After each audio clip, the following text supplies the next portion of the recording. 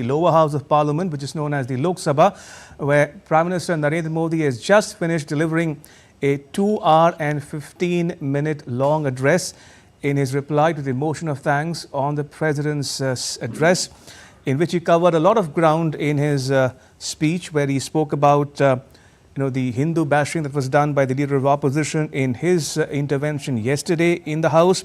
He spoke about the medical entrance test controversy.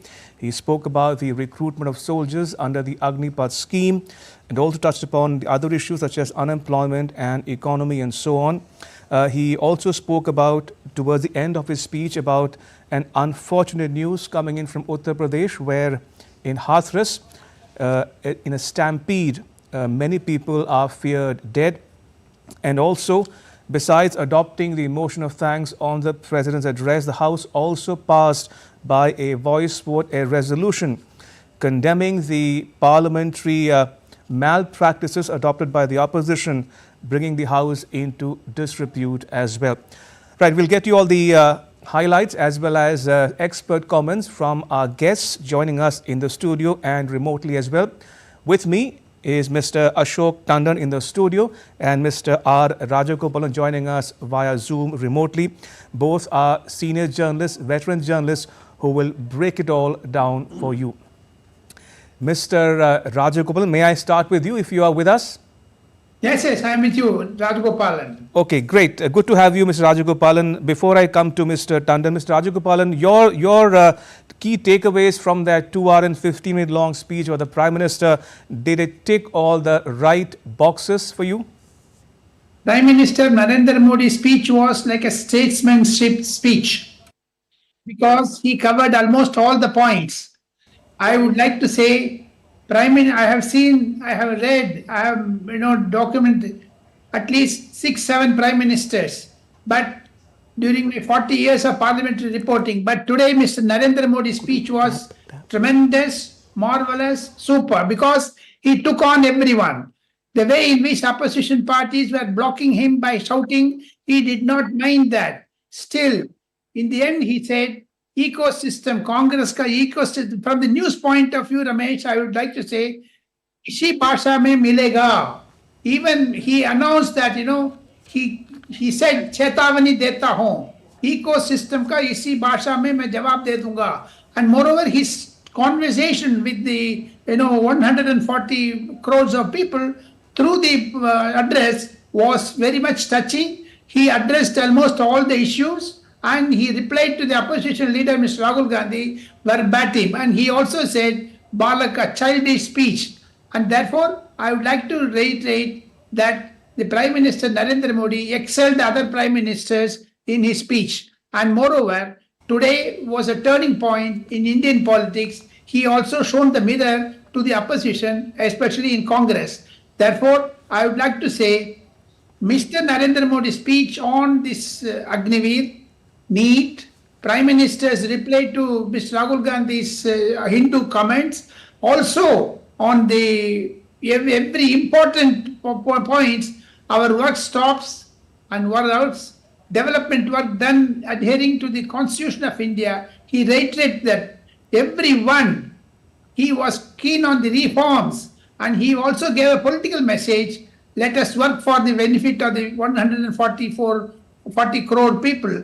And that is the message. And he has also completed in one sentence about the Hathras incident also, where several devotees have died. Therefore, Prime Minister is akin to this news developments, and he gave a very, very interesting. Finally, Mr. Ramesh, I would like to say, sure. Mr.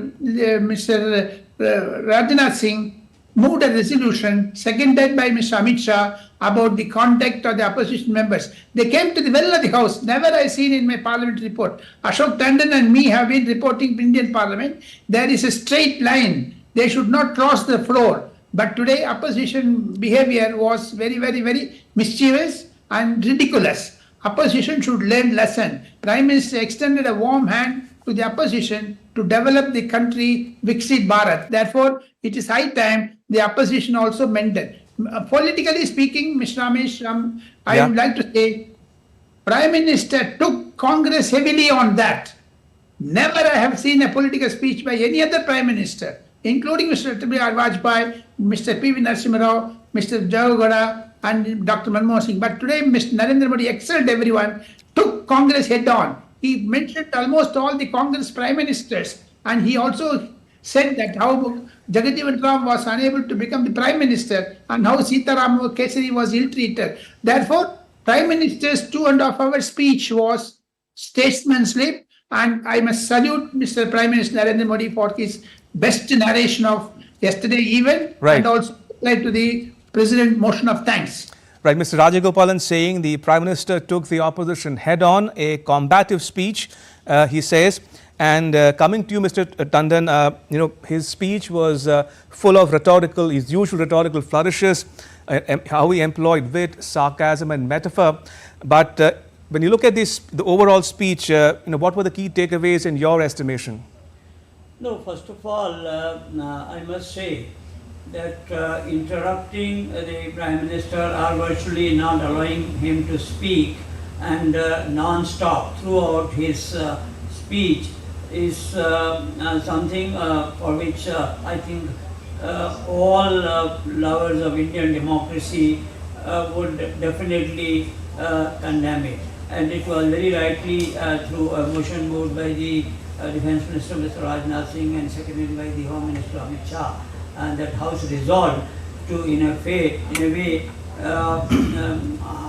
condemning the conduct of the entire opposition, because when shouting was going on and some of the opposition members stormed into the well as well, there was not a single opposition leader from other parties, because most of the shouting was being done by the Congress backbenchers, apparently encouraged by the leadership. I was expecting that someone, at least from Trinamool Congress, because they have very veteran parliamentarians in their ranks, they would have intervened and stopped the shouting brigade, because normally Prime Ministers are not interrupted, rather disruptive. It was a very disruptive move, not allowing the Prime Minister to speak. So on that count, some opposition leaders should have intervened and tried to stop the opposition from behaving like what they did. So that was a very unfortunate part of the proceedings today, and so therefore I think opposition, particularly the parties in the India Alliance, should at least sit together and decide whether this kind of disruptive tactics would continue in Parliament, and then how can Parliament function in a smooth manner. Because if you look at the entire debate, most of the speakers from the opposition benches were given enough time, including Mr. Rahul Gandhi was given enough time. In fact, at one stage, the speaker had to intervene and said that Mr. Rahul Gandhi, the way the time I have given you, maybe your party's time may be over. But in spite of all that, today's conduct was very unfortunate. So I think that needs to be mentioned in our discussion today. That's why I thought I should begin with that. Now, coming to the entire speech of the Prime Minister, no, it can be divided into certain phases. The first phase was basically to thank the people of this country, congratulate the people of this country for electing NDA for the third time, and also strengthening the parliamentary democracy in this country. Because electing a government or re-electing a government with a mandate which they have given on the basis of the performance of the government. So he first, in the first phase, thanked the people of this country and also assured the nation that the mandate which has been given to them, his government will continue to work within the framework of the Indian Constitution, honoring parliamentary democracy, and there is no doubt that this government will not continue the mission of which it has said, the mission of 2047, making India a developed country. So in that context, then later on he continued with the program and policies of his previous government, and now the continuation phase has started, and all the developmental work for the upliftment of the women emancipation, downtrodden, farmer, etc. would continue. That assurance was again given by the Prime Minister. Then he came to the political part of the speech, which was in a way, castigating the Congress party for its, previous records. He went to the extent of mentioning that during Nehru's time, Indian armed forces were at their weakest ebb. So from there, he criticized the previous governments and then compared his own government's performance vis-a-vis the previous Congress government. And in the later part of it, the Prime Minister was unsparing in his scathing attack on the present day Congress party and its leadership. And in that context, he gave, I think, a lot of lessons to the leader of the opposition, that he needs to learn a lot from the parliamentary system of democracy, and he hoped that the opposition will resolve to cooperate with the government in making India a developed country. So let's work together. That was the appeal. That let's work together for the upliftment of all sections of the society and making India a superpower. So I think the whole speech was a very comprehensive speech. Right. It encompassed all the segments which perhaps the House was expecting, and particularly the ruling party was expecting from the Prime Minister to give a befitting reply to what had happened in the House yesterday. Indeed. Mr. Tandon, Mr. Rajagopalan, do stay on. I'll come back to you momentarily. In the meantime, I want to play out some excerpts from the Prime Minister's speech. So if you're just joining us, PM Modi has assured the country that in the NDA's third term, the government would operate at triple the speed and with triple the energy. हमारी तीसरी term में इसका मतलब है हम 3 गुना speed से काम करेंगे। हमारी तीसरी टर्म का मतलब है हम 3 गुना शक्ति लगाएंगे। हमारी तीसरी टर्म का मतलब है हम देशवासियों को 3 गुना परिणाम ला करके देंगे। PM Modi also said that the country was has blessed the government for its zero tolerance policy towards corruption. हम 2014 में जब पहली बार जीत करके आए थे तो चुनाव के अभियान में भी हमने कहा था कि हमारा करप्शन के प्रति जीरो टॉलरेंस रहेगा। और आज मुझे गर्व है कि हमारे सरकार ने देश का सामान्य मानवी जो करप्शन के कारण पीड़ित है, देश को करप्शन ने दीमक की तरह खोखला कर दिया है। ऐसे में भ्रष्टाचार के प्रति हमारी जो जीरो टॉलरेंस नीति है, आज देश ने हमें उसके लिए आशीर्वाद दिया है। Prime Minister Modi also extended his condolences for the lives lost in a stampede at Hathras in Uttar Pradesh. UP के हाथरस में जो भगदड़ हुई उसमें अनेकों लोगों की दुखद मृत्यु होने की जानकारी आ रही है। जिन लोगों की इस हादसे में जान गई है, मैं उनके प्रति अपनी संवेदना व्यक्त करता हूं। मैं सभी घायलों के जल्द से जल्द ठीक होने की कामना करता हूं। राज्य सरकार की देखरेख में प्रशासन राहत और बचाव कार्य में जुटा हुआ है। All right, I'm joined by my colleague Debyendu Mondal who is covering the parliamentary proceedings. Debyendu, why don't you put the text of the Prime Minister's speech in its proper context for our viewers? What can you tell us about the Prime Minister's, his delivery style, the way he employs wit and sarcasm to make a point as well? That's right, Ramesh. Throughout the 2.5 hours of the speech of the Prime Minister, I was inside the Lok Sabha gallery.